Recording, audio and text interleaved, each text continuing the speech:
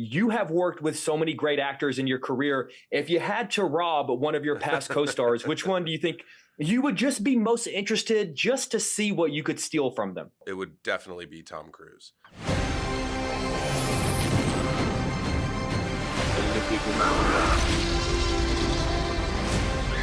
Where we're going, we don't need roads. Mr. Hamm, it is always an honor to see you, sir. Thank you for taking the time. I appreciate you. Nice to see you. Good day, Chicago, indeed. I love this show, man. And honestly, your performance is phenomenal. I'm going to jump into this. I genuinely do love this idea that Coop is going to rob these people because he knows them and he's fully aware of the sort of things that they have in their homes. You have worked with so many great actors in your career. If you had to rob one of your past co-stars, which one do you think you would just be most interested just to see what you could steal from them? I mean, first of all, let me be very, very clear. Crime doesn't pay. Second of all, it would definitely be Tom Cruise.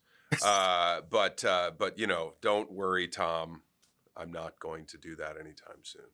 That's exactly what someone that's gonna do it would say, though. And you're a very good actor, man. You sell it very well. I've got to say, what I do love about this series is that this new chapter of Coop's life came from a negative. He lost his job and he sort of discovered this newfound skill he had. And I was wondering if you have a career equivalent to that. Do you have a moment where something didn't work out? Maybe you didn't get a role, but it actually ended up being the best thing for you because it opened up another opportunity? That's a great question. I can't really point to anything specific that happened that way. I think most people end up in the arts or following acting or something.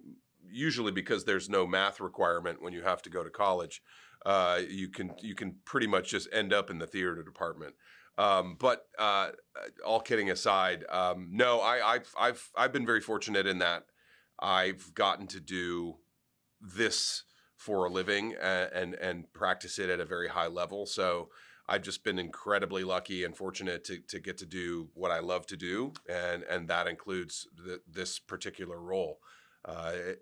It's an incredible blessing to be the lead of any show, but to get to do something like Mad Men and then have the career I've had and then get to follow it up with something like this has been I've just been really, really lucky. So fortunately, I don't have to turn to a life of crime. Fair enough. Well, we've been lucky to be able to see it, man. Speaking of Mad Men, I love that we get a Coop voiceover in this series. Obviously it's like we're getting in his head. It almost feels like he's talking directly to us. Since this year is the 10th anniversary of the Mad Men finale, I would love to ask, what do you think a Don Draper voiceover would have been like? What do you think he would have said if he could have spoken to the audience?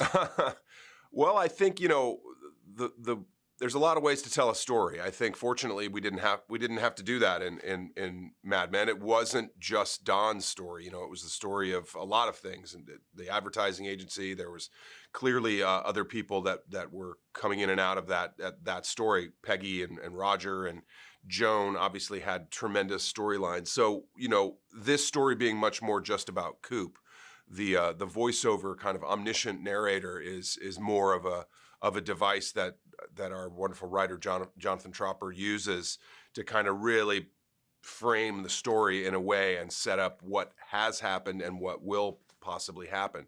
And fortunately enough, Apple has picked us up for a second season going forward already. So we'll have a little more story to be told, which is great.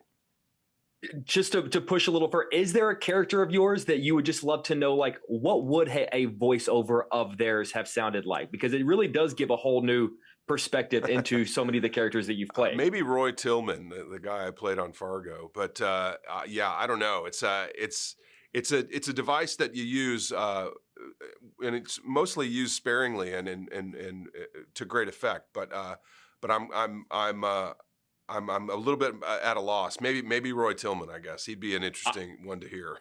just him getting out of that hot tub. I'd love to know what was in his voice in that moment. I'll cut you loose on this. This is a big question, but I want to talk about the difference between saying yes to a character in television versus film. Obviously in TV, you have to accept that I might have to live with this guy maybe for the next 10 years of my life. With a film, I don't think it's ever been the case with you, but if you don't end up liking the guy, you can say, well, it's 3 months of my life and I can move on. How much more thought has to go into a television decision just because this could be a decade for me. If I don't like the guy, it's going to be hell.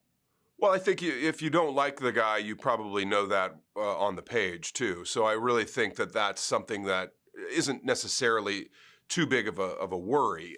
You make decisions, obviously, you're setting up shop with people for not just the pilot or not just the first season of a show, but obviously you want to work with people that you like, and that works on both sides of the camera. So I was incredibly fortunate with this job to not only work with Amanda Peet and Olivia Munn, both of whom I knew going in, but also a tremendous cast of regulars that we have, including my wife, but also with Jonathan Tropper, who I got to know very well and whose writing I really enjoyed, his novels and his short stories, as well as his television writing. So everybody that I saw basically on the page, I knew, oh, I like these people, so let's go make something great, and that's what we did.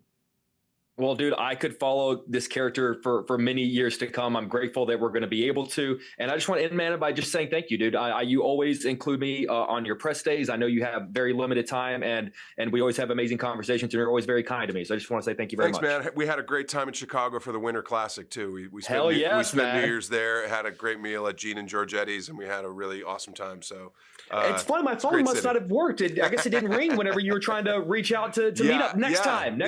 Must have been a weird sunspot or something. All right, man. Good to see you, buddy. See ya.